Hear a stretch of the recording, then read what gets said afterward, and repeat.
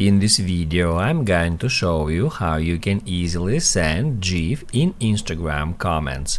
Be sure to watch the video to the very end so you don't make any mistakes, and of course do not forget to like this video and subscribe to my channel. Thanks guys.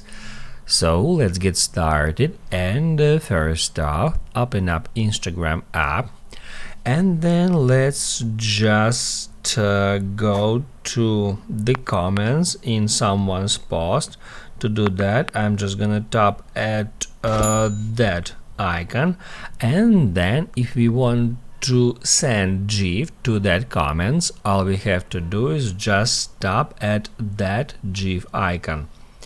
If we tap on it, we can choose any GIF just like that, and it will be immediately posted.